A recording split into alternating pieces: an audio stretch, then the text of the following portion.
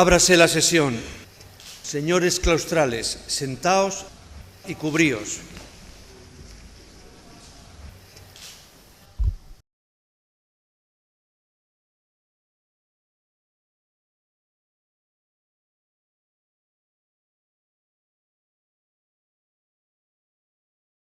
Se inicia el acto. La señora secretaria general leerá el acuerdo de la universidad por el que se otorga el título de doctores honoris causa a doña Michelle Matelag y a don Armand Matelag.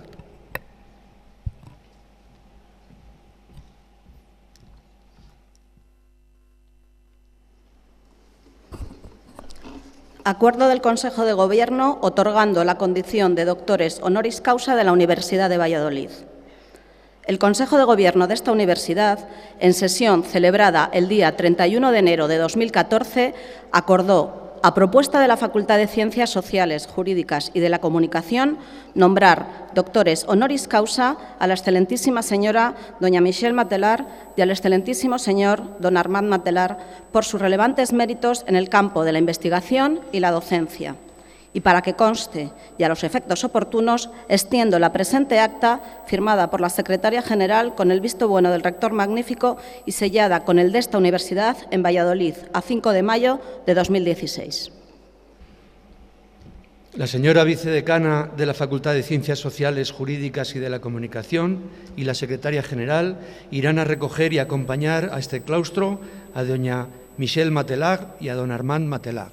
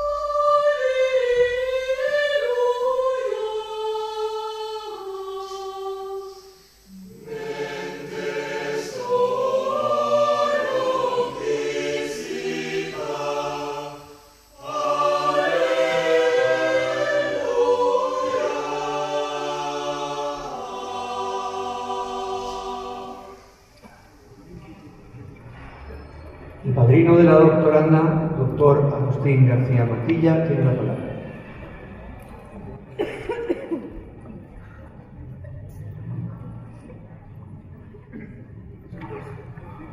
Excelentísimo y magnífico señor rector, señor embajador de Bélgica, señora alcaldesa, señor delegado del Gobierno, señores concejales y señoras concejales, defensor del ciudadano, señora directora general de Educación de Castilla y León, señores vicerrectores, decanos y directores de departamento, profesores y profesoras invitados de nuestra universidad y de otras universidades, estudiantes y miembros del PAS, ciudadanos y ciudadanas de Segovia y profesionales de los medios de comunicación que nos acompañáis. Este acto es motivo de celebración para nuestro país, nuestra comunidad autónoma, la ciudad y la comunidad universitaria en su conjunto. En el plano internacional, este acto de investidura es también motivo de orgullo para 3 países a quienes nos sentimos muy vinculados: Francia, Bélgica y Chile. Los 2 primeros países de nacimiento de nuestros ilustres honoris causa y el tercero, patria adoptiva en la que Michelle y Armand Matelag han desarrollado una ingente labor. Señor embajador de Bélgica, muchas gracias por acompañarnos. Han pasado 50 días desde los atentados de marzo en Bruselas y aprovechamos para reiterarle que sentimos como nuestras a las víctimas y nos duelen las heridas causadas en el corazón de su bella ciudad. Como en otras ocasiones, este ágora es testigo de la solidaridad de nuestra universidad con todas las víctimas y contra los golpes que el terrorismo infringe en cualquier lugar del mundo. Admiramos su entereza y la reacción de su ciudadanía ante las sacudidas del terror.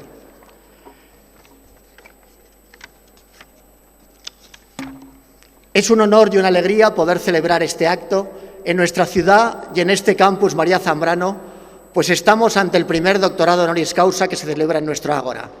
Este acto tiene un especial simbolismo, pues los futuros doctores honoris causa representan a muchos de esos saberes interdisciplinares que impartimos en este campus intercentro. En este recinto se dan la mano la comunicación y la educación en un nuevo contexto que nos obliga a innovar y a reflexionar desde las múltiples perspectivas de nuevos y viejos saberes. Saberes que deben ser actualizados y adaptados al actual contexto digital y a las demandas de un nuevo modelo educativo que exige renovarse de forma permanente. Aspiramos a alcanzar ese logro de continua actualización. No es casual que más de 100 estudiantes de este campus hayan tenido ocasión de conocer al menos una pequeña parte de la obra, de la extensa obra de los Matelar, y puedan participar en este solemne acto tras haber tenido la gran oportunidad de encontrarse ayer con nuestros ilustres nuevos doctores honoris causa. La Facultad de Ciencias Sociales, Jurídicas y de la Comunicación y el Departamento de Historia Moderna, Contemporánea y de América, con el impulso especial de las áreas de Comunicación Audiovisual y Publicidad y de Periodismo, han sido impulsores de esta investidura. Sin embargo, tanto el Vicerrectorado de Campus como la Facultad de Informática y la Facultad de Educación han apoyado esta iniciativa, al igual que la Facultad de Filosofía. Es muy difícil que una propuesta de doctorado honoris causa llegue a contar con tantos avales con carácter previo a la aprobación por el Consejo de Gobierno de la Universidad de Valladolid, que dio en su día vía libre a la propuesta por mayoría abrumadora. Armand y Michel Matelar merecen este nuevo reconocimiento en su ya dilatada carrera. Los profesores Matelar representan el esfuerzo solidario de una mujer y de un hombre que han hecho de su vida una sólida obra plasmada en sincrónico tándem. Sus trayectorias sintetizan el trabajo de dos intelectuales que de forma individual han sido capaces de gestionar la emoción y la razón que lleva aparejada toda una vida al servicio del pensamiento y también de una acción estimulada por un firme pulso intelectual. Tengo el inmenso placer de hacer la laudatio de Michel Matelar, una mujer que, al igual que otras autoras herederas de Simone de Beauvoir, hacen buena la frase de esta pionera del feminismo: no se nace mujer, se llega a serlo. En este estimulante arranque de su obra Le deuxième sexe, el segundo sexo, Beauvoir defiende que la liberación definitiva de la mujer y la superación de la falta de igualdad entre hombres y mujeres solo se logrará con el afán solidario de ambos sexos. Si Beauvoir construye su voz feminista a medida que avanza en la escritura misma de su obra más significativa, por contra, Michel asume desde muy joven su toma de conciencia feminista y constata cómo, son sus palabras, la mujer realiza en el hogar un papel fundamental para toda economía, reconstituye cotidianamente la fuerza del trabajo. La importancia de esta actividad económica realizada por las grandes capas de la población femenina es inmensa, pero los indicadores que definen la situación económica y social de cada país y miden su evolución ocultan este valor económico del trabajo doméstico. Más adelante, Michel Matelar añade: el carácter invisible del trabajo de las mujeres, la ocultación del valor productivo de las tareas que realizan en el hogar, tiene, por una parte, una importancia decisiva sobre la imagen que los media darán de ellas y, por otra, sobre la relación que los media establecerán con ellas. En estos medios existen géneros específicos que desde mucho tiempo atrás interesaron a Michel Matelar y fueron objeto de sus investigaciones, y es que ella es una de esas investigadoras pioneras que analizan cómo la fotonovela, la radionovela o la telenovela representan modelos de ficción destinados a un público femenino popular. A principios de los años 80, esta investigadora abrió los ojos de muchos estudiantes de comunicación a algunas de las estrategias seguidas por los guionistas de este tipo de narrativas, con fórmulas como las siguientes: el amor, sancionado por la unión legítima y el matrimonio, es mejor que la pasión, siempre castigada por el destino. Los personajes femeninos encarnan el valor de la pureza y de la virginidad en el caso de las muchachas, convirtiéndolas con frecuencia en mártires heroicas frente a unos hombres que en la práctica utilizan impunemente su autoridad de macho y el poder de su clase. A pesar de que la telenovela haya sido considerada un género menor, despreciado por ciertos intelectuales, lo cierto es que ha tenido gran poder de convocatoria en toda América Latina y durante décadas también en España. Frente a la visión tópica y peyorativa mantenida por una cierta élite intelectual, otros teóricos como Jesús Martín Barbero han visto en este género una oportunidad para el diálogo de las masas populares. Las investigaciones de Michelle Matelag y otras pioneras del análisis de los medios desde una perspectiva de género han servido para aportar visiones complementarias de cómo las mujeres eran capaces de apropiarse de este tipo de relatos en beneficio propio. Y es que muchas mujeres han utilizado estos formatos como una herramienta de mediación para poder leer su realidad en términos prácticos. No obstante, como muy bien ha observado la propia Michelle Matelag, tanto el trabajo de representación de lo real como el trabajo de explicación de esa realidad que efectúa el serial definen su función de reproducir las condiciones de producción de la formación social, situando a la mujer en condiciones de aceptar la explicación natural de su dominación.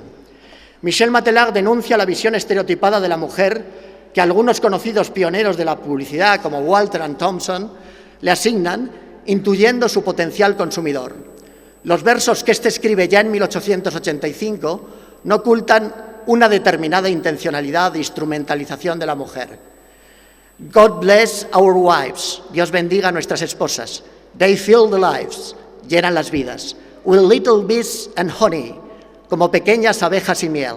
They smooth life's socks. Suavizan los golpes de la vida. They mend our socks. Nos remiendan los calcetines. But don't they spend the money. Pero no se gastan el dinero. Frente a esta visión aparentemente simplista y estereotipada de la mujer, lo que deducimos es que el señor Walter and Thompson tenía muy claro su objetivo de llegar a convertir a la mujer en consumidora empedernida. A comienzos del siglo XX se va asentando una visión más moderna de un ideal femenino que recupera rasgos tradicionales. Michelle Matelag describe cómo a partir de los años 20 se produce un proceso de apropiación del campo semántico de la liberación de la mujer.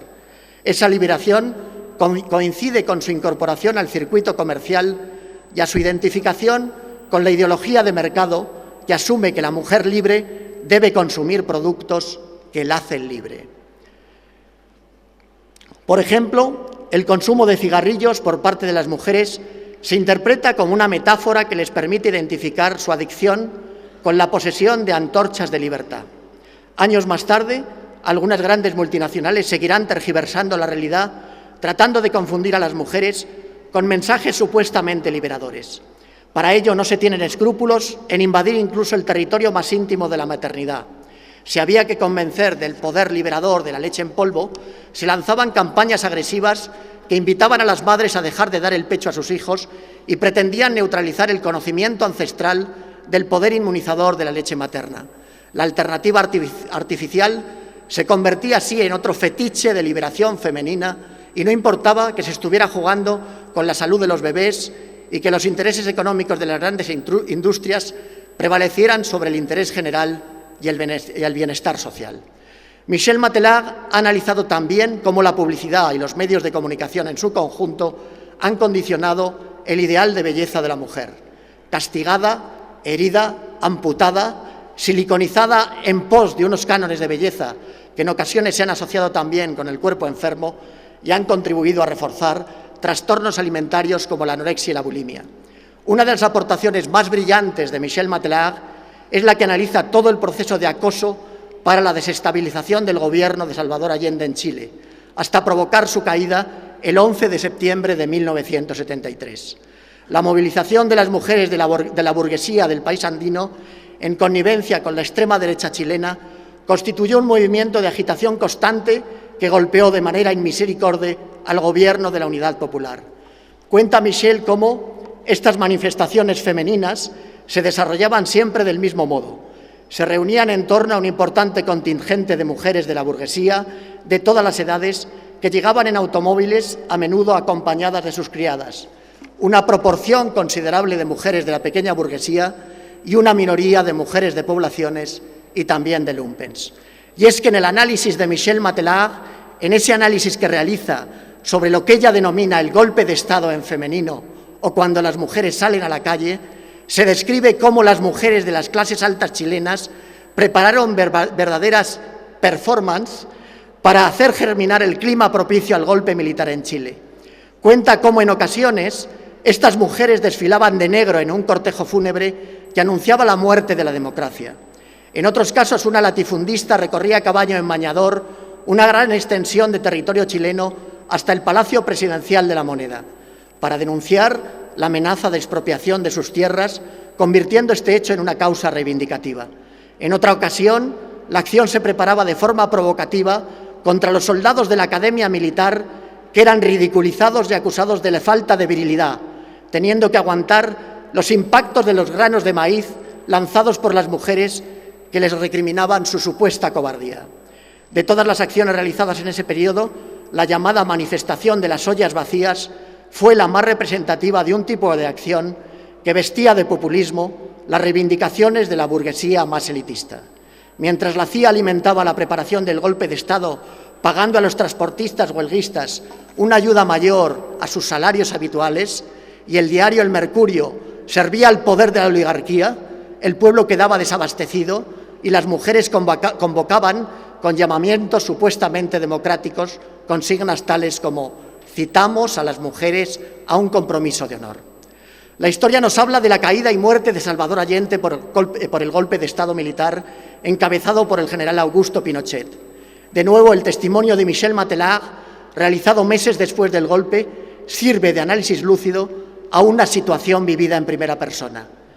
Cuando al día siguiente nos dice del golpe de Estado, la derecha lanzó al mercado todos los productos almacenados, sus periódicos, sus revistas, describieron las lágrimas de alegría que el espectáculo de la abundancia recobrada arrancaba a las amas de casa.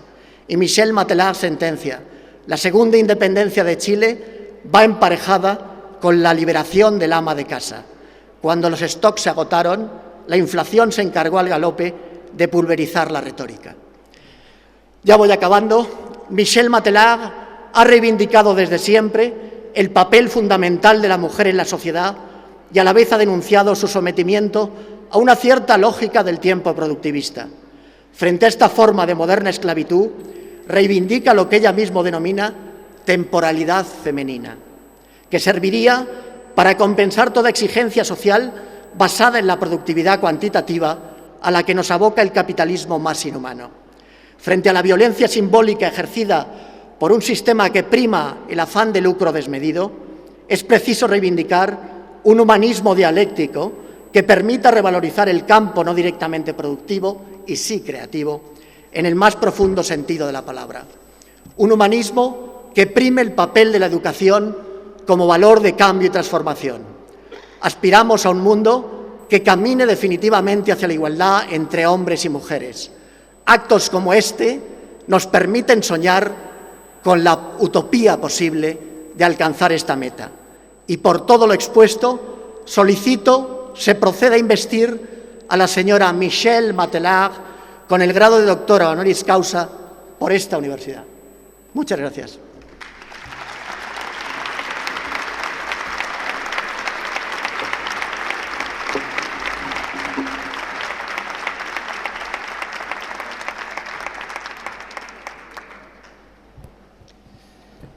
Se va a proceder a la investidura solemne como doctora honoris causa de la excelentísima señora doctora Michel Matelag.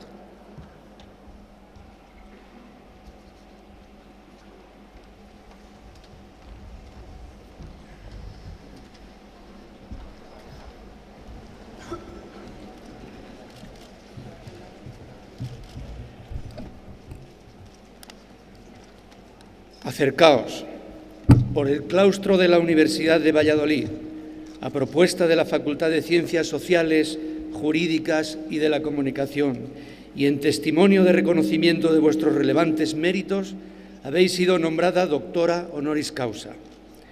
En virtud de la autoridad que me está conferida por las leyes del Reino, os entrego dicho título y se os impone como símbolo el birrete laureado, venerado distintivo del Alto Magisterio Español. Llevadlo sobre vuestra cabeza como la corona de vuestros estudios y merecimientos.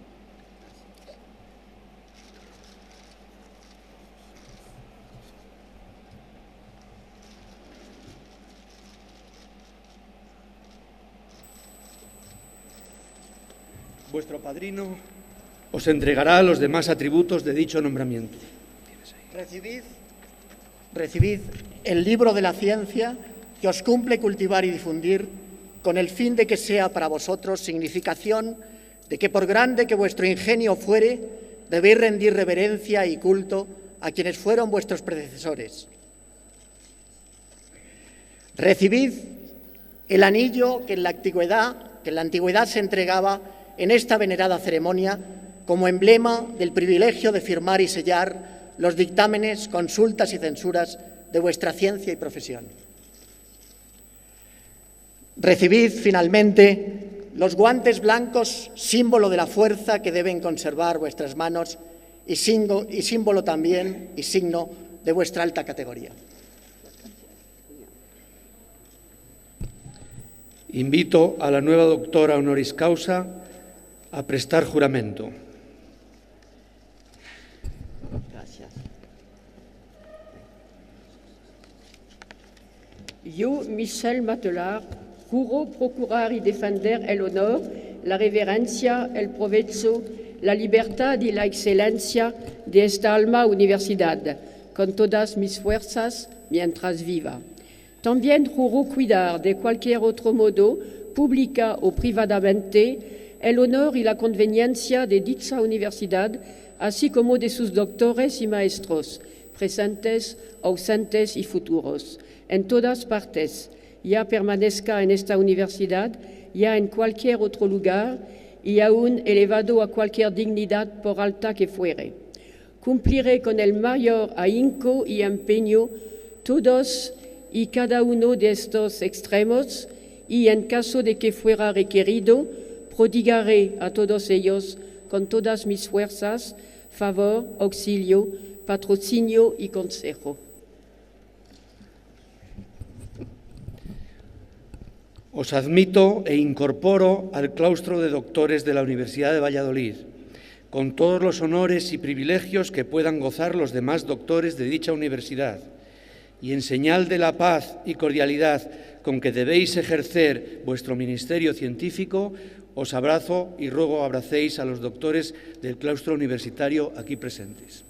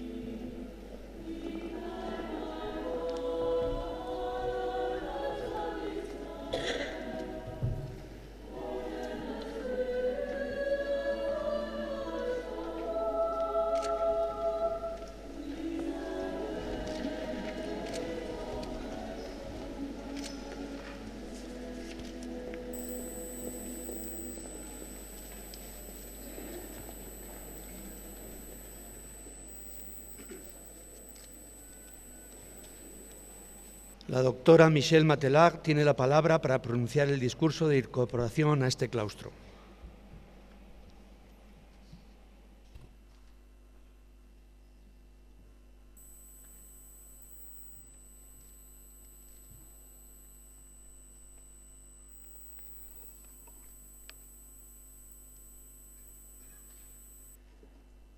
Señor rector magnífico, autoridades, miembros del claustro universitario, señoras y señores. Ante todo, quisiera agradecer a la Universidad de Valladolid el gran honor que nos hace al entregarnos este título prestigioso de doctores honoris causa y asegurarles que este título nos compromete frente a la comunidad universitaria para sentirnos acreedores de lo que representa. También agradezco muy sinceramente a mi padrino Agustín García Matía. Debo añadir que me siento aún más conmovida por el hecho de que esta ceremonia tenga lugar en un campus que lleva el nombre de una mujer admirable, una gran intelectual que vivió en una época del siglo XX muy convulsa y que al haber conocido varios años de exilio, logró construir una obra filosófica destacada y original que la sitúa entre las figuras femeninas que supieron unir la devoción al trabajo intelectual y la fidelidad al compromiso político. Utilizó el nosotros. Vuestra comunidad universitaria ha tenido a bien otorgarnos este doctorado honoris causa y os agradecemos sumamente este gesto que valora la colaboración que ha caracterizado en muchos momentos nuestro trabajo y que se concreta en varias publicaciones. Una colaboración que es el producto de la convergencia de dos trayectorias. Una convergencia que ha sido posible porque en el curso de varios años ha habido una acumulación de textos a través de la escritura a 2 o 4 manos, una colaboración que nos ha dado un placer mutuo porque ha sabido respetar la independencia de ambos y evitar los riesgos siempre amenazantes de la supremacía del uno sobre el otro. Los movimientos de ideas, movimientos sociales, sociedad en movimiento. No nos es posible referirnos a nuestros trabajos sin reconocer que son el fruto de un colectivo que rebasa a veces las fronteras de los círculos inmediatos. Quisiera saludar aquí la memoria de una de las personas con las cuales hemos trabajado, Mabel Piccini, fallecida en México el año pasado, que integraba nuestro equipo de trabajo en el Centro de Estudios sobre la Realidad Nacional de la Universidad Católica de Santiago de Chile, que vio el nacimiento de nuestro primer libro sobre la comunicación, titulado Los medios de comunicación de masas, la ideología de la prensa liberal en Chile.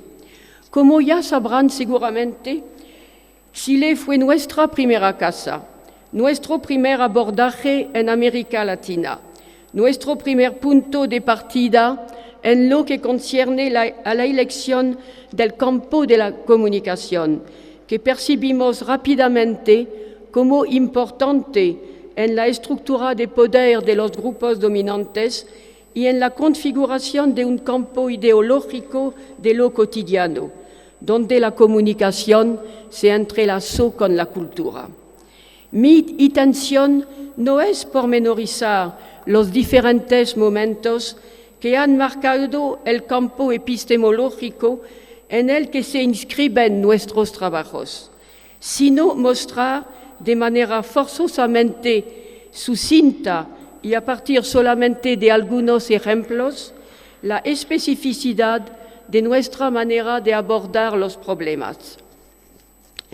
El último periodo de nuestra vida en Chile se vio condicionado por la subida al poder de un gobierno de unidad popular, que terminó trágicamente con el golpe de Estado del 11 de septiembre de 1973. Este país, enfrentado a las dificultades de la construcción del cambio revolucionario, aun cuando este cambio se hallaba situado en un marco estrictamente respetuoso con las libertades, nos puso rápidamente en presencia de modos de resistencia inéditos de parte de sectores hostiles al cambio.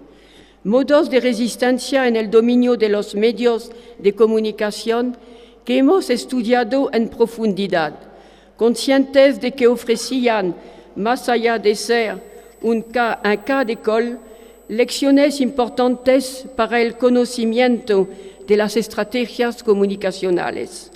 Es a estas estrategias a las que la clase dominante chilena recurría cuando se veía amenazada en su poder. Se mofaba de los principios que en tiempo de normalidad guiaban a los medios. Se refleja así la crisis de las prácticas que caracterizaban el statu quo del diario conservador El Mercurio, así como la crisis de las reglas que explícita e implícitamente presidían la escritura periodística en el marco de la normalidad liberal. Pasar de la noción del lector informado a la del lector empujado a la acción subversiva. Pasar de la noción amorfa del perfil medio del público a la de sectores del público identificados por su pertenencia a grupos, a corporaciones con intereses particulares, a las que se trataba de movilizar. Creo que nuestros escritos han ilustrado este aspecto de la historia. Armand propuso comprender esta instrumentalización de los medios mediante la idea provocativa de una línea de masa de la burguesía. Yo misma estudié el rol de la movilización femenina a favor de la reacción, analizando cómo en torno a la representación sesgada de lo femenino, los sectores conservadores construyeron buena parte de su estrategia de insurrección y lograron justificar las manifestaciones conocidas como de las cacerolas, que tuvieron un efecto sumamente desestabilizador para el gobierno. Esa justificación argumentaba que, por ser manifestaciones de mujeres, no podían sino ser calificadas de apolíticas y que la movilización se produjo a partir del instinto maternal y del rol doméstico. Esta atención a la dinámica del conflicto social y de la lucha ideológica que se vivía en Chile trascendía la metodología del análisis estructural, que nos había guiado para develar los valores subyacentes en los media burgueses. Nos permitió llegar a una apropiación crítica de la semiología y de la naturaleza de la ideología. La semiología había constituido un avance respecto al funcionalismo, pero conllevaba el peligro de encerrar el funcionamiento de la ideología en los límites del texto, de la dimensión discursiva del poder. Lo que el proceso político enseñaba era que una ideología no es una ideología más que en la medida que produce efectos políticos. Comentando este proceso que lleva al cuestionamiento de conceptos y metodologías, posibilitado por la vivencia comprometida con un conflicto social y político, un joven investigador argentino, refiriéndose a nuestro itinerario, hablaba recientemente de la productividad epistemológica de lo político. Y debo decir que las nuevas generaciones puedan recoger con provecho lo que uno ha escrito es la más bella recompensa que se puede recibir. Si insisto sobre este aspecto de nuestra experiencia, es porque me ha enseñado la importancia política de la representación del género.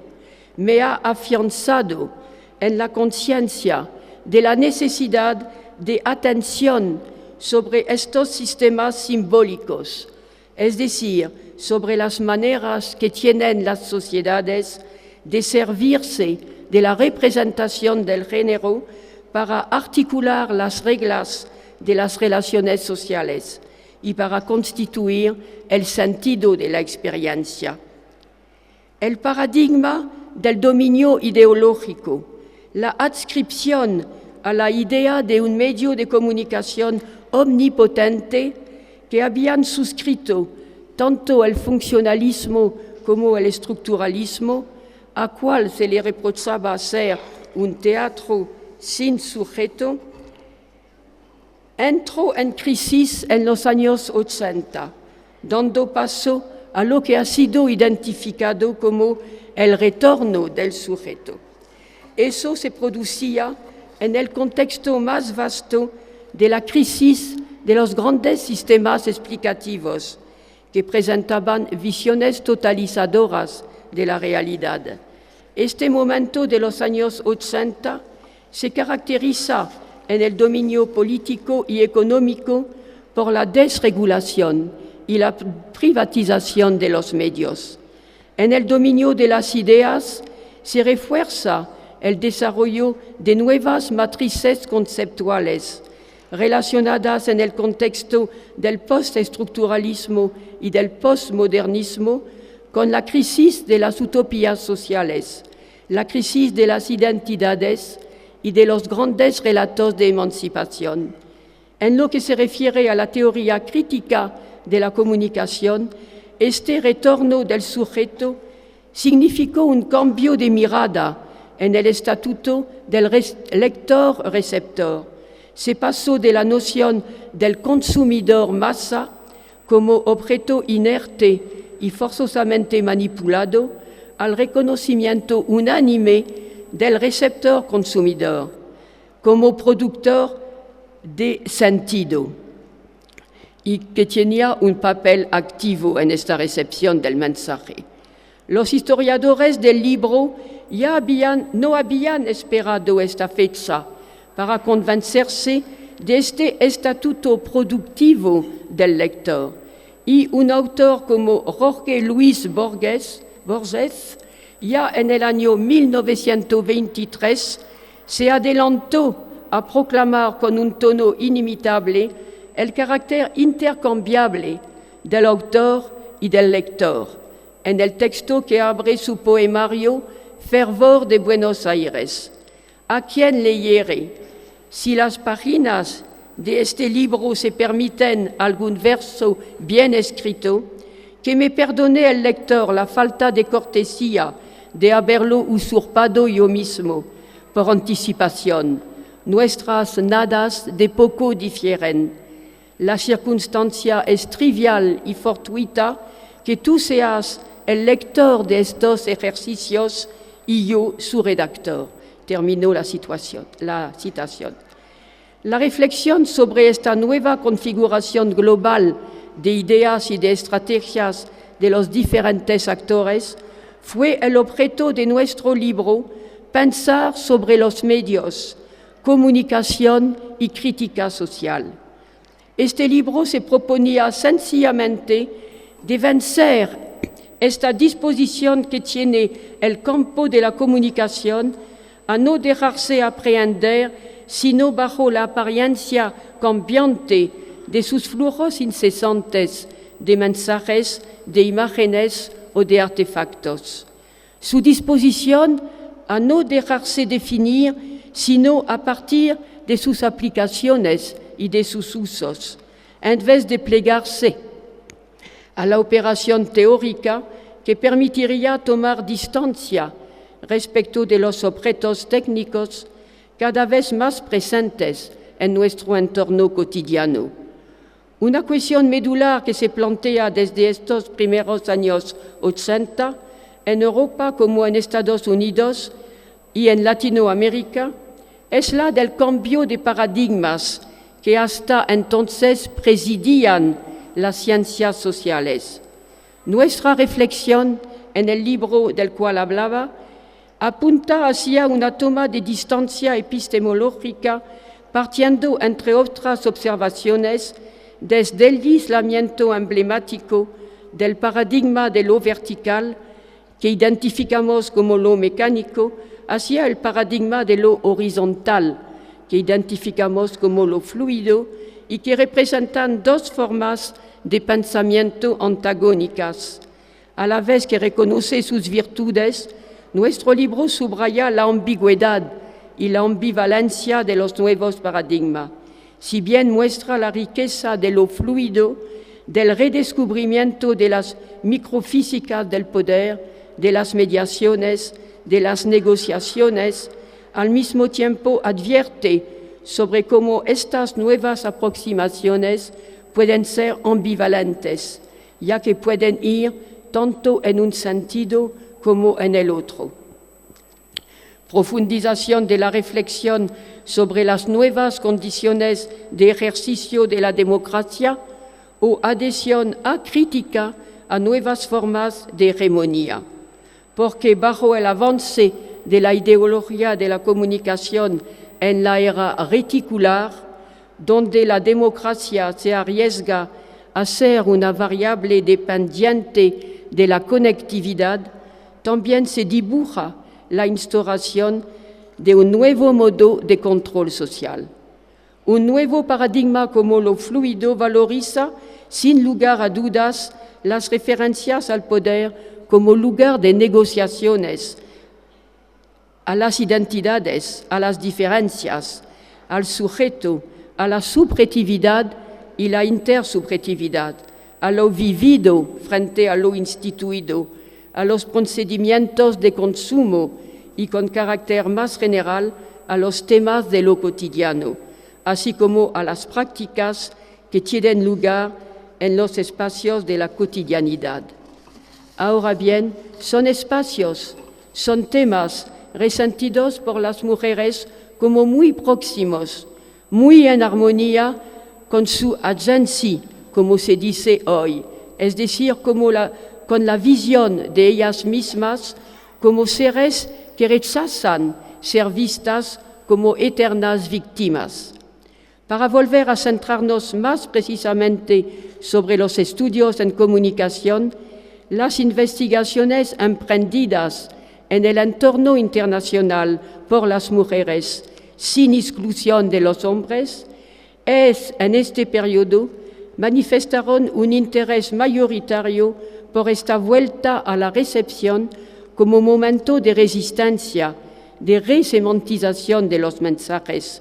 Hay que decir que en su mejor tradición, muchos de estos estudios han hecho aportes realmente importantes por un conocimiento mejor de la sociedad, pero varias protagonistas de esta corriente volvieron con sentido crítico sobre esta hegemonía de las teorías de la recepción, que no pudieron evitar caer en el escollo de una visión que relega lo político estructural a un plano secundario, que suscribe a la idea fácil que nada está mal, que todo se puede utilizar, que el receptor es soberano. Contra esta postura hubo que hacer valer que era necesario recuperar esta organicidad entre las formas de expresión cultural, entre la comunicación y los modelos generales de tipo económico y social. El paradigma de la crisis ha extendido su dominio en muchas escenas de la vida social. Muchos cambios han intervenido, muchos desplazamientos en los conflictos sociales y ambientales, aparición de nuevos poderes, otros espacios, otras intensidades, aceleración de la globalización económica y de la globalización de los flujos mediáticos, que producen nuevas formas de interacción cultural, de comunicación o de incomunicación. En lo que se refiere más propiamente a la conciencia de las mujeres, el paisaje de la teoría crítica y de la movilización política ha sido el sitio de cuestionamientos intensos, crisis del territorio identitario de las mujeres, crisis del sujeto del feminismo, crítica del pensamiento esencialista, tensiones entre las propuestas del universalismo y del diferencialismo, la crisis del vivir juntos, el enfrentamiento de los principios laicos con la reivindicación culturalista y comunitarista, polémica sobre los signos religiosos, encuentro con el otro, con la alteridad, reivindicación de otra modernidad que la que se ha justificado y legitimado bajo la potencia del signo occidental. Porque sobre este contexto de crisis planea la ideología neoliberal que tiende a reducir la emancipación al acceso y usufructo de la modernidad consumerista. Este tema de la crisis del vivir juntos se impone hoy a los investigadores en ciencias sociales que tratan de articular sus saberes, sus análisis a la resolución de los problemas puestos en evidencia por esta crisis proteiforme, multifacética de nuestras sociedades. ¿Cómo poder terminar estas palabras sin decir que este programa requiere nuestra movilización? Muchas gracias.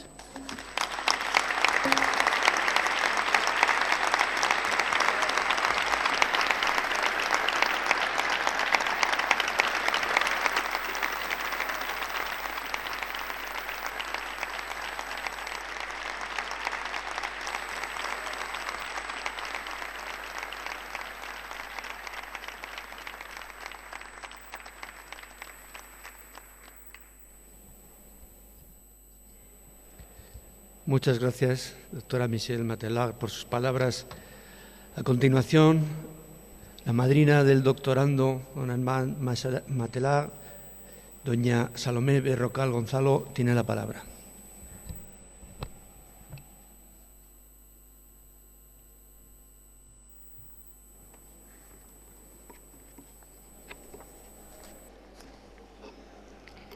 Rector magnífico, señor embajador, autoridades académicas, amigas y amigos, señoras y señores, como madrina me ha correspondido el honor y el privilegio de pronunciar las palabras de presentación del profesor Armand Matelar en su acto de investidura como doctor honoris causa por la Universidad de Valladolid.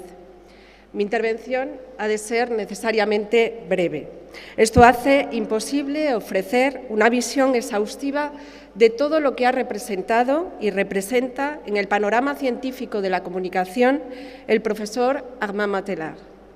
Intentaré, no obstante, transmitir a la audiencia mi certeza de que el profesor Matelar es absolutamente merecedor de la distinción que hoy recibe.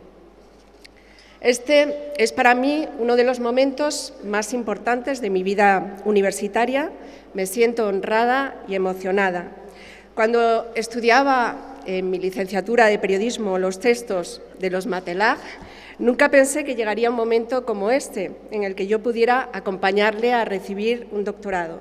Me siento su alumna, su discípula, y glosar hoy sus méritos constituye un enorme privilegio.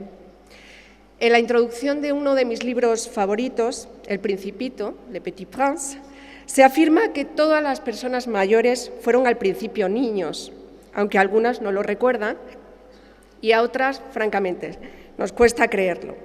Pero no es el caso de Armand Matelar, al que creo que todos podemos visualizar siendo un niño porque conserva en su mirada la frescura y la inocencia, y porque cuando posa su mirada sobre el mundo que nos rodea, el análisis que nos ofrece en sus obras es de sorpresa, idealismo, utopía y reivindicación de lo que consideramos que debe ser un mundo más justo y equilibrado.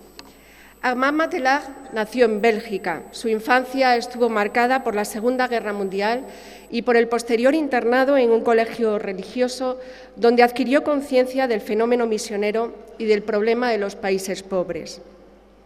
Al concluir sus estudios viajó a Bretaña para unirse a un conjunto, a una comunidad de monjes seculares que dejó un año después para estudiar en la Universidad Católica de Lovaina las licenciaturas de Derecho y Ciencia Política.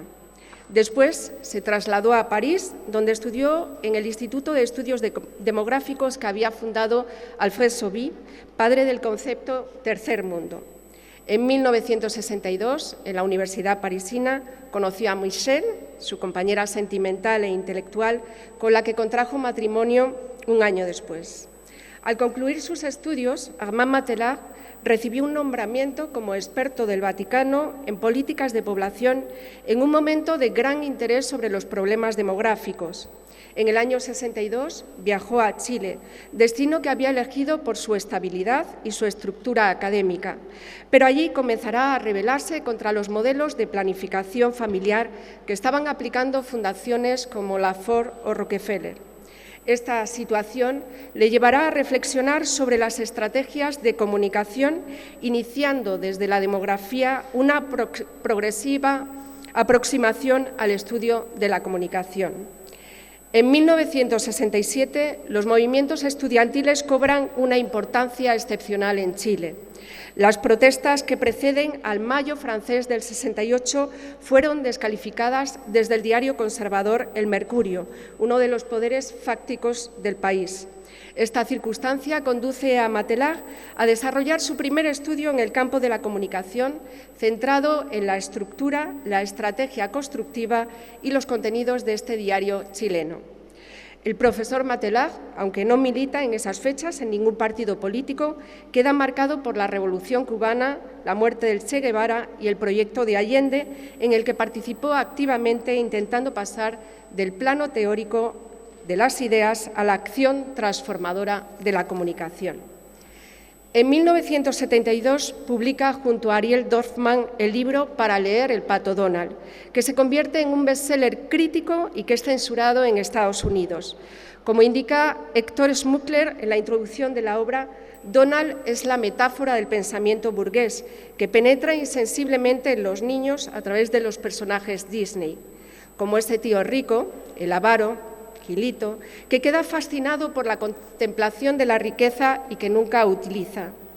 Tras el golpe militar de Pinochet, Matelag regresa a Francia, pero la experiencia chilena habrá marcado de forma determinante su vida y su pensamiento. Tiene 37 años y no ha publicado en francés.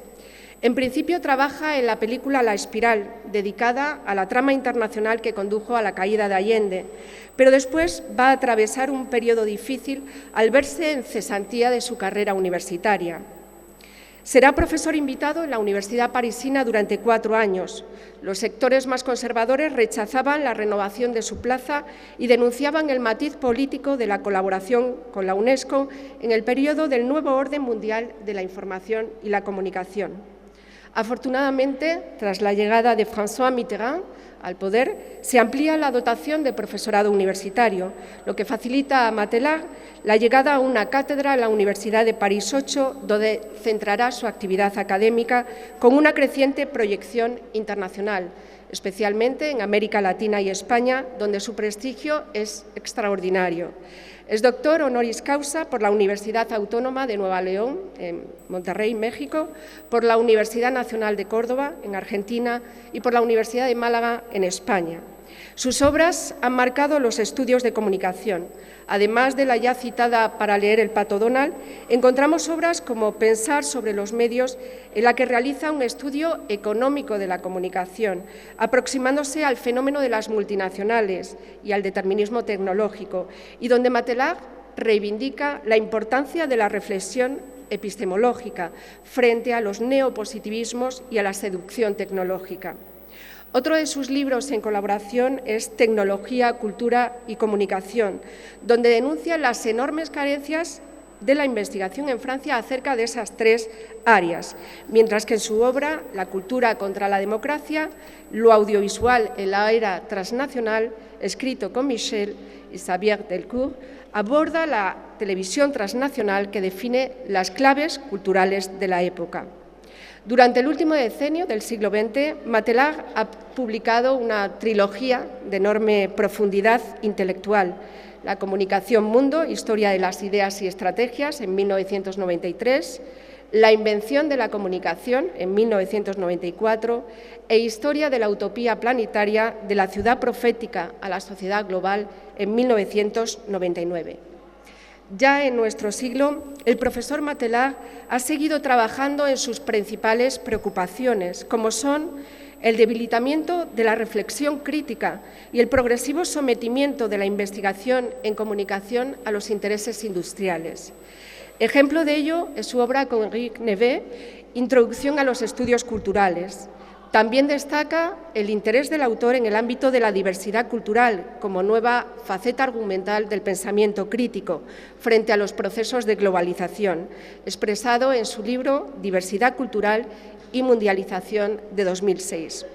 O su fascinación por esta sociedad vigilada, que vemos reflejada en su libro de 2015, Un mundo vigilado, o de Orwell a Cibercontrol, superando Gran Hermano, una obra novedosa, actual, en la que los autores indican cómo las tecnologías que a diario todos usamos pueden llegar a ser una fuente de amenaza para las libertades y derechos de los ciudadanos, ya que toda esa información que volcamos origina un perfil que es utilizado por las grandes compañías para bombardearnos con publicidad personalizada o para tenernos vigilados. En la misma línea que Orwell, en su prosa, el profesor Matelar transmite una visión profética sobre los alcances del totalitarismo y de los límites de la libertad humana.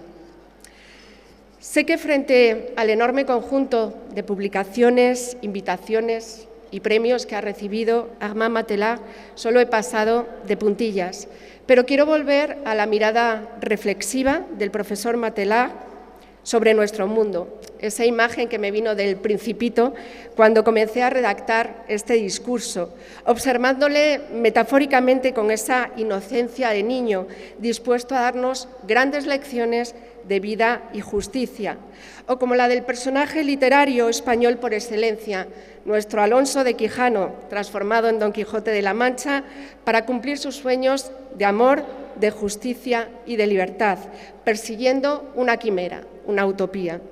Armand Matelar representa los valores de un gran profesor de universidad, siempre dispuesto a defender el conocimiento porque en él está la verdad y la libertad, a ser consecuente con sus ideas y a proteger la ética en nuestra sociedad.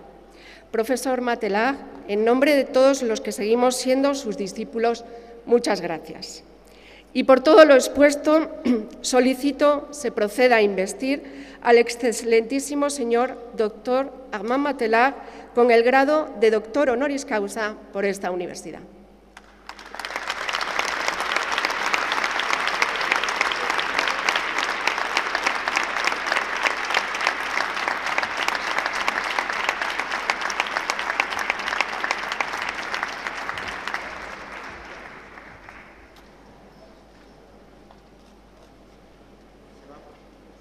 Se va a proceder a la investidura solemne como doctor honoris causa del excelentísimo señor doctor don Armand Matelar.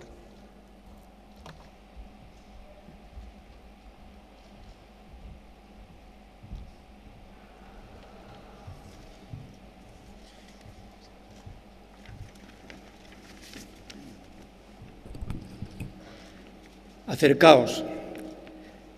Por el claustro de la Universidad de Valladolid, a propuesta de la Facultad de Ciencias Sociales, Jurídicas y de la Comunicación, y en testimonio de reconocimiento de vuestros relevantes méritos, habéis sido nombrado doctor honoris causa. En virtud de la autoridad que me está conferida por las leyes del reino, os entrego dicho título y se os impone como símbolo el birrete laureado, venerado distintivo del alto magisterio español. Llevadlo sobre vuestra cabeza como la corona de vuestros estudios y merecimientos.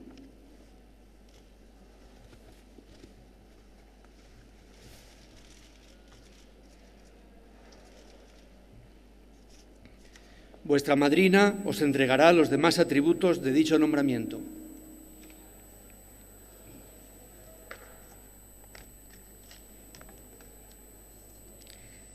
Recibid el libro de la ciencia, que os cumple cultivar y difundir con el fin de que sea para vosotros significación de que por grande que vuestro ingenio fuere, debéis rendir reverencia y culto a quienes fueron vuestros predecesores. Recibid el anillo que en la antigüedad se entregaba en esta venerada ceremonia como emblema de privilegio de firmar y sellar los dictámenes, consultas y censuras de vuestra ciencia y profesión. Recibid, finalmente, los guantes blancos, símbolo de la fuerza que deben conservar vuestras manos y signo también de vuestra alta categoría. Invito al nuevo doctor honoris causa a prestar juramento.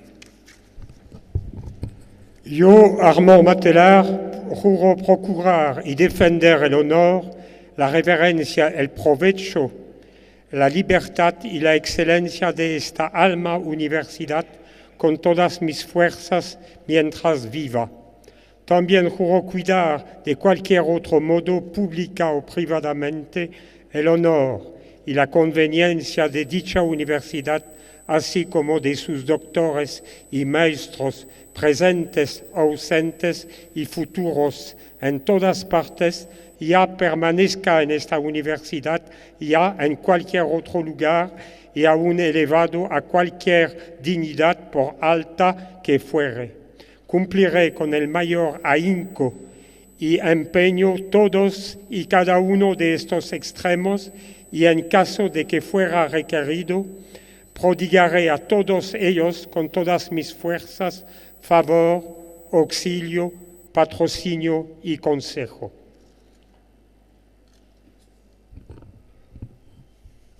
Os admito e incorporo al claustro de doctores de la Universidad de Valladolid, con todos los honores y privilegios de que puedan gozar los demás doctores de dicha universidad, y en señal de la paz y cordialidad con que debéis ejercer vuestro ministerio científico, os abrazo y ruego abracéis a los doctores del claustro universitario aquí presentes.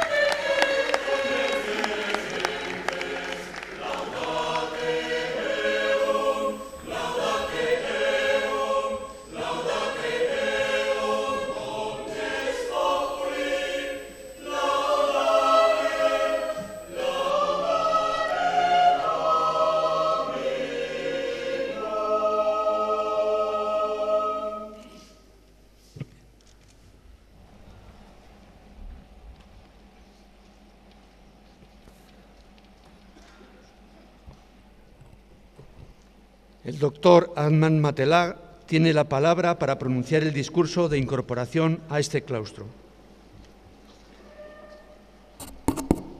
Señor rector magnífico, autoridades, miembros del claustro universitario, señoras y señores.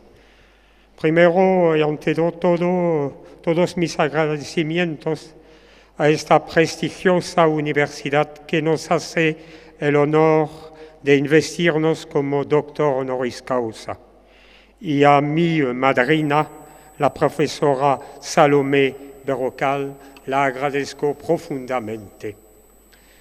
Porque no es nada de hacer, digamos, de retrasar esta larga peregrinación que es finalmente la trayectoria de un docente investigador. Bueno, la creencia utópica en el cercano advenimiento de la ciudad-mundo, merced al reparto equitativo de los conocimientos, está presente desde los primeros pasos de la formalización científica de los conceptos de documento y documentación. Es decir, esta creencia se afianza desde fines del siglo XIX, o sea, medio siglo antes de que la noción moderna de información fuera definida por el matemático Claude Elwood Shannon y de que la nueva materia prima cognitiva fuera vislumbrada por el cibernetista Norbert Wiener como medio de evitar que la humanidad se sumergiera nuevamente en la barbaridad de los campos de concentración nazi y los bombardeos atómicos de Hiroshima. Los estudiantes de las llamadas ciencias de la información conocen bien el precursor de su disciplina, el abogado belga Paul Otlet, quien intentó llevar a cabo un sueño mundialista al inaugurar a fines del siglo XIX un proyecto de enlaces entre bibliotecas y en centros de documentación a escala planetaria, una red de redes que precozmente fuera el símbolo de un mundo de paz para un mundo en guerra. Técnicamente, hoy, la humanidad nunca ha estado tan cerca de poder materializar esta utopía mundialista, pero al mismo tiempo resulta inmensa la distancia entre las capacidades virtuales del ciberespacio y la factibilidad geopolítico-económica de su movilización al servicio de la lucha en contra de las desigualdades frente al conocimiento. Desde los inicios del nuevo milenio, las nociones de sociedad de la información, entre comillas, y de sociedad de conocimiento se abordan en los debates sobre el modo de producción, de apropiación y de uso de los saberes. Cada una de estas expresiones contrasta con la otra, tanto por su genealogía como por su proyecto subyacente de sociedad. Solo la falta de precaución epistemológica autoriza a trazar una línea de equivalencia entre las dos, ya que cada una remite a valores éticos, estéticos y políticos antagónicos. La sociedad de la información obedece a las utopías tecnológicas o tecnoutopías y se analiza desde el rasero del presente. La sociedad del conocimiento radica en las utopías sociales y se observa con una mirada de más largo aliento. La confrontación entre los escenarios sociales que cada una sustenta da cuenta de las ambivalencias y ambigüedades de los procesos de digitalización. Las diferencias entre ambas expresiones dan la medida de la importancia adquirida por la batalla de las palabras. La hegemonía del capitalismo mundialmente integrado abrió las compuertas a los neologismos cercanos a las marcas y logotipos estandarizados que han alcanzado evidencia sin que los ciudadanos hayan podido ejercer su derecho a un verdadero debate. A la desregulación de las redes de telecomunicaciones y de las finanzas le correspondió la destabilización de los conceptos que nos ayudan a pensar críticamente el mundo para cambiarlo. Una clara muestra de ello es el papel que ha jugado la semántica de lo global. Desde los años 80 del siglo pasado, en la configuración de una representación unívoca del reordenamiento del mundo, desde los actores y fuerzas del mercado. Entre sus declinaciones se encuentra precisamente aquella de sociedad global de la información, institucionalizada a mediados de los años 90 por el grupo de los Global Leaders, que equivale a decir los gobiernos de los 7 países más ricos del mundo que nos anunciaban la nueva agora que iba a ser el mundo del ciberespacio. De los efectos de realidad que ya testimoniaba el choque de las palabras, hablaba ya en los años 2002, en el año 2002, en el segundo seminario internacional sobre la alfabetización digital, al cual el profesor Agustín García Matía me invitó. Ninguna pedagogía, advertía, de apropiación ciudadana del medio técnico puede abstraerse de la crítica de las palabras que pretendidamente apátridas no dejan de introducirse subrepticiamente en el lenguaje común y enmarcar las representaciones colectivas. Por ellas pasan las transferencias de sentido de los conceptos de libertad y de democracia, al mismo tiempo que se imponen a nosotros bajo el signo de la evidente necesidad de lo que es y sobre todo de lo que supuestamente tiene que ocurrir. Extraía este párrafo de un libro que yo acababa de publicar bajo el título Historia de la Sociedad de la Información. La comunicación sin fin y sin límites se instituyó así heredera del progreso sin fin y sin límites. A medida que la razón neoliberal se naturalizaba en las mentes y en lo cotidiano, los universales de la comunicación reticular, sostenidos por la mercadotecnia, redujeron el universo de los conceptos a mera mercancía. El positivismo gerencial descalificó todo cuestionamiento relativo a las condiciones sociales de producción y de circulación de las ideas.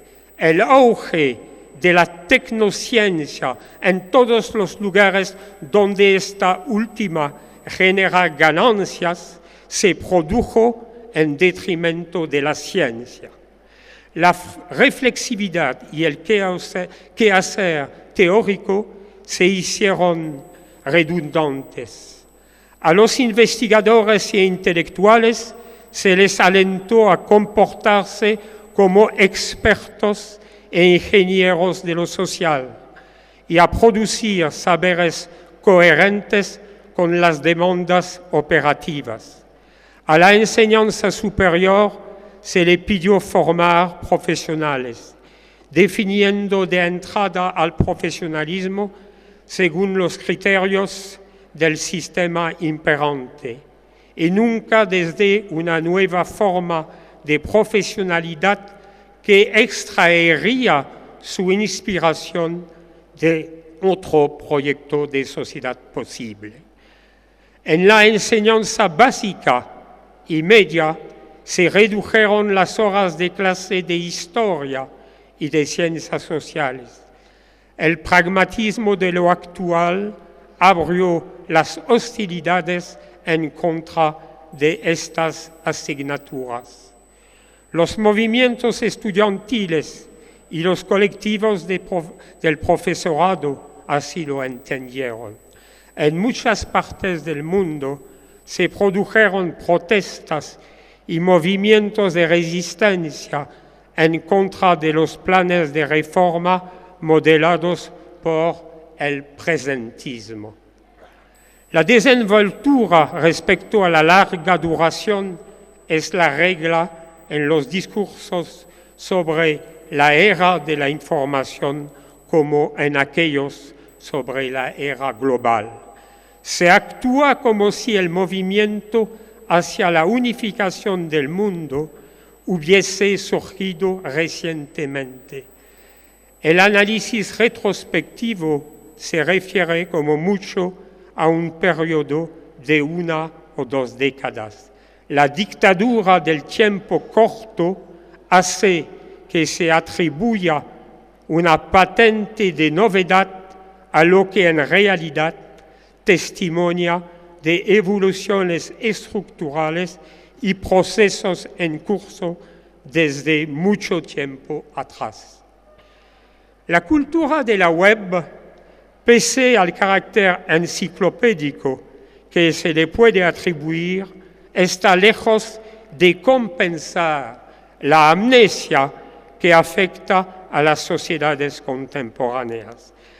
La crítica a las fuentes, que es la premisa de todo trabajo serio sobre la historia, no encuentra su cuenta en Internet. De ahí los errores y aproximaciones. Como prueba podemos hallar una nutrida lista de evaluaciones críticas y autocríticas que figura en la propia Wikipedia, enciclopedia virtual que tiene la virtud de apostar por la transparencia. Ahora bien, sin el bagaje de la historia como herramienta es imprescindible para la comprensión del presente, los individuos no pueden sino andar perdidos en el espacio-tiempo. Sin el sentido de la historia, se priva a los ciudadanos y ciudadanas de la posibilidad y la potencialidad de una cultura general compartida. A falta de conciencia histórica, la humanidad se expone a entrar en contradicción manifiesta con el tiempo de la ecología. Solo proyectándonos a una o dos generaciones se puede pensar y actuar para contrarrestar la destrucción de los ecosistemas y de la biodiversidad. La explosión de las redes digitales y la incitación permanente a conectarse han venido acompañadas de la capitalización fulgurante de la palabra social. En muy pocos años se ha creado otra semántica de la red social que históricamente era la de una red enraizada en una memoria en cuyo seno se tejen relaciones durables y cuyos componentes comparten un proyecto de emancipación humana. Es verdad que las redes digitales, llamadas redes sociales, se han revelado en ciertos contextos sociopolíticos como una herramienta de las luchas en contra de la sociedad desigualitaria. Por algo, los gobiernos autoritarios tratan de censurar estas redes. No por ello hay que olvidar que el modelo económico de estas redes llamadas sociales se basa en las lógicas de la mercadotecnia y como tal contribuye al empuje a gran escala del individualismo tal como lo ha configurado el consumismo, el capitalismo del consumo. Se sabe que las tecnologías, aun cuando sean interactivas, no son democráticas en sí. Solo su forma de apropiación por la ciudadanía hace que participen de un proyecto de construcción de un espacio público deliberativo, o como diría el filósofo Jürgen Habermas, un espacio de reflexión y de acción donde rige, y yo lo cito, el uso público de la razón. Para que la libertad de expresión en Internet represente una real plusvalía de democracia, una de las condiciones básicas sería que el internauta respondiera de sus actos, es decir, asumiera realmente su responsabilidad al ejercer esta libertad. Esto precisamente no se evidencia en la caja de Pandora que ha devenido Internet. En muchos de los casos no se evidencia, en muchos de los casos la expresión se encuentra desprovista de contenido argumentativo y por ende de toda voluntad de establecer con el otro una relación dialógica y un debate abierto. Ahora bien, en tal ausencia, el derecho de expresión tiende a perder todo sentido en tanto derecho humano. Al respecto, convendría traer a colación la reflexión sobre la cual con Michelle, mi compañera, concluíamos en 1995 nuestro libro Historia de las teorías de la comunicación. Decíamos, la era de la llamada sociedad de la información es también la de la producción de estados mentales. Hay que enfocar, por tanto, de forma diferente la cuestión de la libertad y de la democracia. La libertad política no se puede resumir en el derecho de ejercer uno su voluntad. Reside también en el derecho a dominar el proceso de formación de esta voluntad. El filósofo Gilles Deleuze y el psicoanalista Félix Guattari iban en el mismo sentido cuando, a principios de los años 90, confrontados a lo que ya presentían como derivas mercantiles de la información de la sociedad, alegaban a favor de una nueva, entre comillas, edad de la pedagogía. Los dos estaban convencidos de que solo esta nueva edad pedagógica permitiría escapar a lo que llamaban el desastre absoluto para el pensamiento, que significaría el triunfo de la edad de la formación profesional mercantilizada, como al retorno al elitismo de la edad de la enciclopedia. En una situación donde los referentes tradicionales parecen haber perdido toda pertinencia, ¿cómo situar el proyecto de sociedad de la información tal como se lleva a cabo hoy en la realpolitik del despliegue de un modo de acumulación del capital bajo la hegemonía neoliberal y del modo que le es asociado de comunicación y de circulación de las mercancías, de las personas, de la información y del capital? Lo que está emergiendo con la digitalización es un modo de gobernar por medio del cálculo de las frecuencias estadísticas. Priman los algoritmos aplicándose a volúmenes masivos, Big Data, de informaciones almacenadas en bases de datos públicos o privados, alimentadas sin interrupción y cada vez más concentradas. Esta nueva modalidad de gestionar cosas e individuos requiere el rastreo, el seguimiento digital de las personas para apropiarse de sus datos y explotarlos en ficheros y perfiles que sirven para prever sus acciones y así cercenar los riesgos reales o potenciales que estas personas y colectivos representan. Los estados lo hacen por razón de seguridad.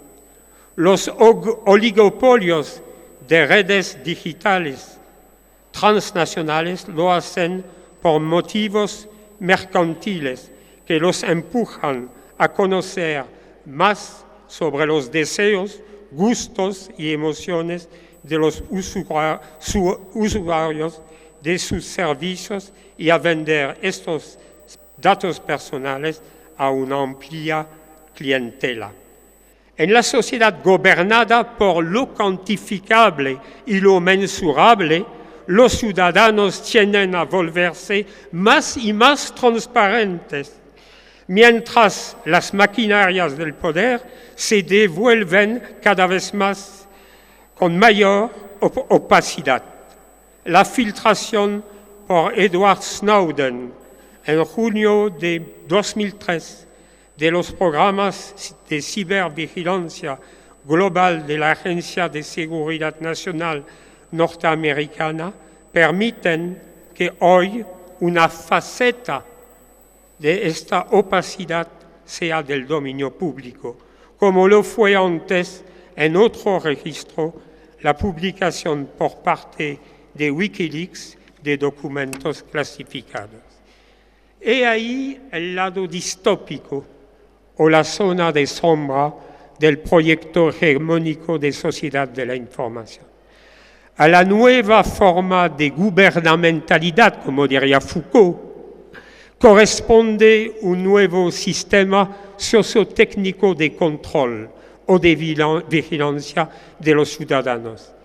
El que le ha precedido, basado en la disciplina y en los dispositivos panópticos, implicaba una vigilancia directa y visible del individuo y, de su parte, un trabajo sobre él mismo para adaptarse a las normas de la convivencia.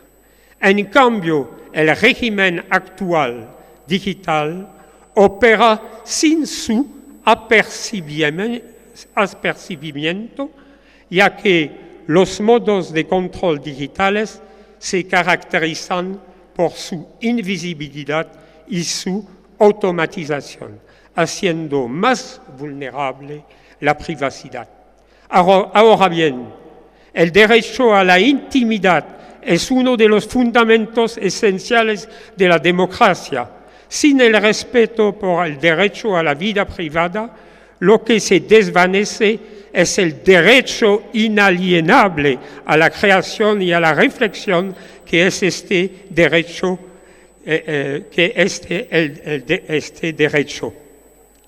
Es este derecho que permite a las personas tomar la necesaria distancia con las lógicas del determinismo técnico, el que le posibilita el ejercicio de su papel crítico como ciudadanos dotados de autonomía.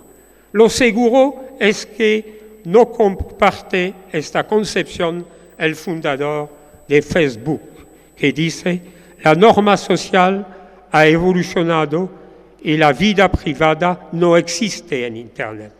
Este discurso sobre la obsolescencia o la anomalía de la vida privada tiende a socavar el fundamento de este derecho humano. La temática no es reciente. Desde los años 80, entre avances y retrocesos, resistencias y capitulaciones, la Unión Europea no ha dejado de enfrentarse a las autoridades norteamericanas y a los global marketers que reclaman lo que llaman la interoperatividad entre las reglas europeas y las norteamericanas en materia de transferencia y de uso de los datos personales. En estos pulsos de fuerza que siguen, las mega empresas transnacionales de captación y explotación de datos personales tienen como ventaja la desincronización entre el ritmo de las innovaciones incesantes en materia de técnicas de rastreo de los ciudadanos y de los consumidores y el tiempo institucional más lento de la regulación. El desafío mayor es que una vez promulgadas y llegado el momento de su aplicación por las agencias reguladoras. Está el desafío. Sin embargo, de todos modos, si las leyes no llegan a aplicarse bien, estas revisten una gran importancia simbólica porque ellas formalizan y precisan los derechos que los ciudadanos tienen sobre las informaciones que les conciernen en una sociedad democrática. ¿Qué incidencia tienen las lógicas de seguridad y de la guerra sobre el paisaje reticular? Esta pregunta ya me la hacía en 2002, poco después de los atentados de Nueva York, en el seminario de 2002 sobre la alfabetización digital. Al correr del tiempo, la masificación de la vigilancia en el mundo se ha vuelto indisociable de la globalización de la llamada guerra al terror. La respuesta dada primero por los Estados Unidos y luego por otros países occidentales a los atentados perpetrados por grupos yihadistas les ha hecho entrar en el engranaje del endurecimiento del arsenal de las medidas represivas y preventivas, y con ello la extensión de los sistemas sociotécnicos de control de la población. El ejercicio del derecho a la vida privada tropieza con los imperativos de las políticas antiterroristas. Es incalculable el número de reformas de los códigos penales y de las leyes de seguridad ciudadana. A la vez, la lucha en contra del terrorismo se instrumenta para introducir prácticas de vigilancia en dominios que poco tienen que ver con el objetivo proclamado y mucho con la necesidad que los estados vigilantes sienten de acallar el creciente descontento interno frente a la precariedad, el desempleo y la degradación de las condiciones de vida en un contexto de crisis sistémica. Las amalgamas entre terrorismo y contestación, terrorismo y anticonformismo han participado en la legitimación de políticas que ensanchan el espectro de los llamados enemigos internos y amordazan las libertades de expresión, de manifestación, de reunión y asociación. Bajo el pretexto de que los mecanismos democráticos son factores que ralentizan la toma de decisiones cuando se trata de luchar contra las nuevas amenazas, los poderes públicos se embarcan en una verdadera huida hacia adelante autoritaria. La penetración de los dispositivos de intrusión en la cotidianeidad bajo el manto de la protección de las personas reta abiertamente al frágil equilibrio entre seguridad y libertad, secreto y transparencia, excepción y Estado de Derecho, tiempo de guerra y tiempo de paz.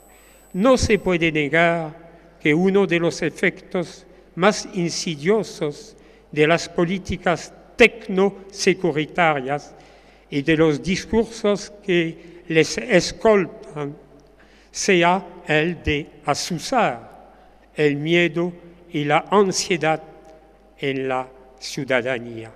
Pero tampoco puede negarse que día tras día se asiste a un sobresalto de conciencia de parte de esta misma ciudadanía. Más y más ciudadanos se levantan para defender sus derechos fundamentales, siendo el primero de ser sujeto participante en una sociedad realmente democrática. Muchas gracias.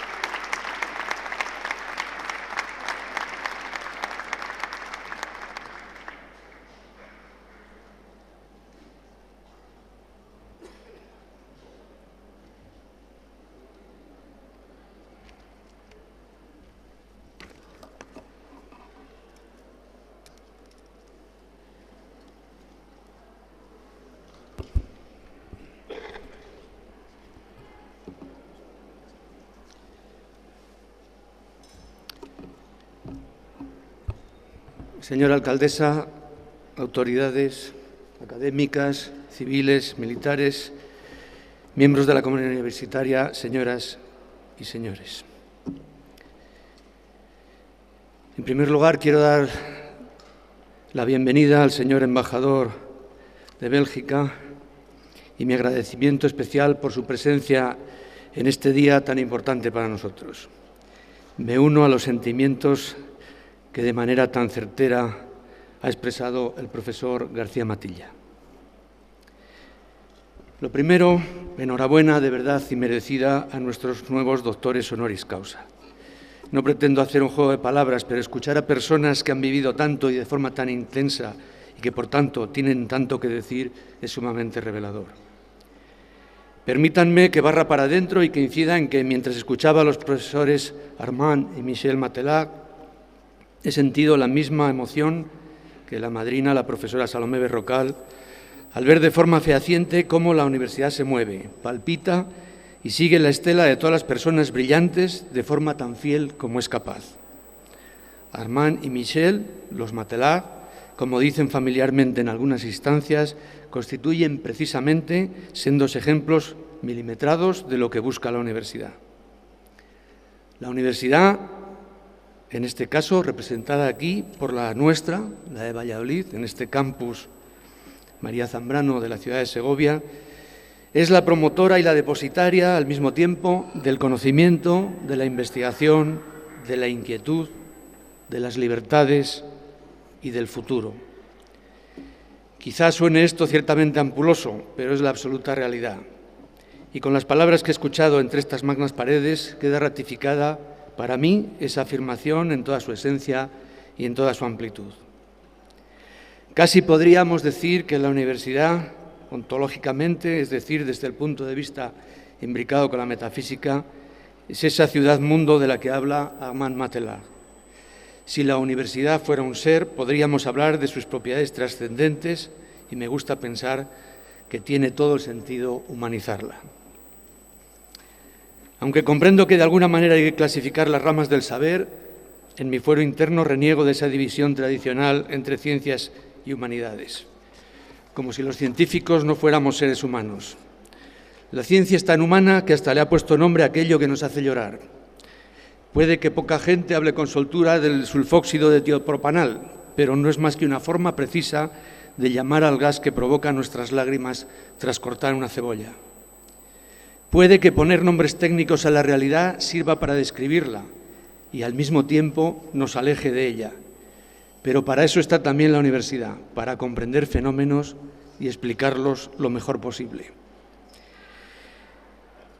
Hemos logrado que, a base de mencionar con tanta insistencia el fenómeno de la globalidad, haya perdido parte de su sentido, algo que teóricamente debería habernos unido como especie, entre los propios seres humanos y también en su relación con las demás especies y con el propio planeta. Por eso son necesarias todas y cada una de las disciplinas. Cada área del conocimiento nos lleva de la mano, o mejor dicho, nos lleva a empujones hacia el siguiente escalón del saber y todos necesitamos de todos. Yo particularmente necesito que todos los profesionales de la información, en cualquiera de sus manifestaciones y soportes, comprendan y acepten la abrumadora responsabilidad que tienen de manejar unos datos y unos conceptos que salen disparados a todas partes y de inmediato, sin que nada ni nadie pueda detenerlos. Si esas ideas redactadas y fotografiadas reflejan la realidad fielmente, bienvenida sea la tecnología para expandirlas a los cuatro vientos. Pero ¿qué ocurre cuando las frases y las imágenes no dicen lo que parecen o incluso no dicen lo que deberían decir? Que se trastoca el orden lógico de la existencia y el rastro infame que dejan tras de sí no desaparece jamás. Un error se corrige con buena voluntad y unos pocos medios a través de la red de redes, y aquí paz y después gloria. El problema radica en las patrañas, en lo tendencioso, en las verdades a medias. Por eso es importante que Armand nos recordara, citando a Paul Otlet, esa red de redes llamada a existir como símbolo de un mundo de paz. Por eso necesitamos que la sociedad de la información sea, de veras, la sociedad del conocimiento, y que el terror tecnológico no nos ofusque, como hizo la estrella de la muerte con el gobernador Tarkin. Y disculpen que me permita citar al mismísimo Darth Vader en un discurso ante doctores honoris causa. En realidad, la vida está hecha de pequeños detalles a los que se les puede otorgar más o menos importancia, y a menudo los minúsculos determinan la calidad real de la existencia. El argumento es de la misma calidad que el que define una sociedad. Para saber cómo somos realmente, basta echar un vistazo a nuestro alrededor y darnos cuenta de cómo trata la sociedad a sus eslabones más débiles. Eso no nos deja en el mejor lugar del mundo si aludimos a la crisis de los refugiados y a ciertos acuerdos que adopta la Unión Europea al respecto. Pero eso es harina de otro costal y quizá tema para otro día. Desde mi propia experiencia, creo que la vida nos lleva a veces por derroteros sorprendentes. Pero cuando pienso en la vida que han llevado Armand y Michel, me quedo sin aliento y siento que necesito saber más, leer más y ver más para intentar comprender el mundo. Ellos comprendieron la realidad de América Latina como muchos de nosotros jamás podremos ni soñar. La información que yo leo con sumo interés sobre Chile habrá tocado apenas de puntillas lo que ellos vivieron en primera persona. Y no hablo solamente de los momentos políticos que han pasado a la historia con nombres y apellidos, sino a las tragedias que esconden las cifras y a las heridas que cicatrizan por un lado al tiempo que progresan por el otro. En este contexto también vemos cómo somos cuando examinamos con detalle nuestros medios de comunicación y nuestras reacciones como ciudadanos y sobre todo como personas. Tenemos más datos que nunca, disponibles al instante en un par de clics o incluso en un par de caricias del pulgar sobre la pantalla retroiluminada del móvil. Sí, ese dispositivo que tiraniza la vida de muchas personas inocentes y que tiene tantas opciones, tantas posibilidades y una interfaz tan llamativa que es necesario cargarlo por la noche y por la tarde para que no nos deje literalmente colgados. Los nuevos doctores honoris causa se han movido, han sufrido adaptaciones, han superado el sentimiento de desarraigo y han sabido analizar la realidad sin que la realidad acabase con ellos.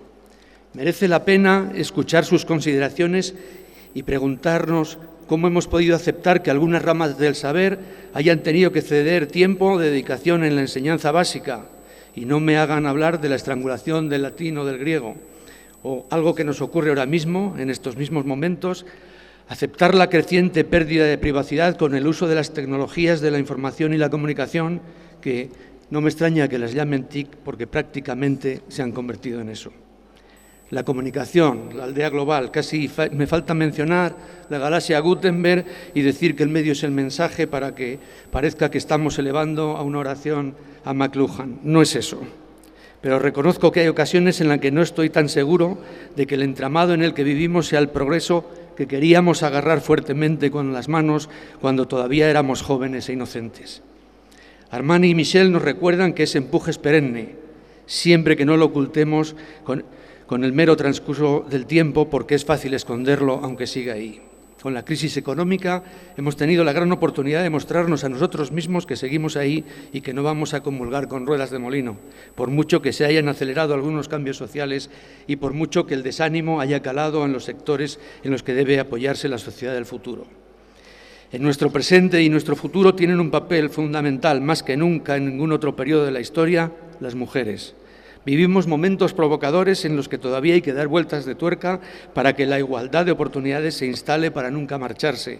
Y eso tiene una vertiente política y presupuestaria que ni la crisis va a poder detener. Por eso estoy convencido de que esas crisis del vivir juntos y del territorio identitario de las mujeres de las que hablaba Michel Matelar quedarán pronto atrás con la intervención de todas las personas sensatas y de buena fe.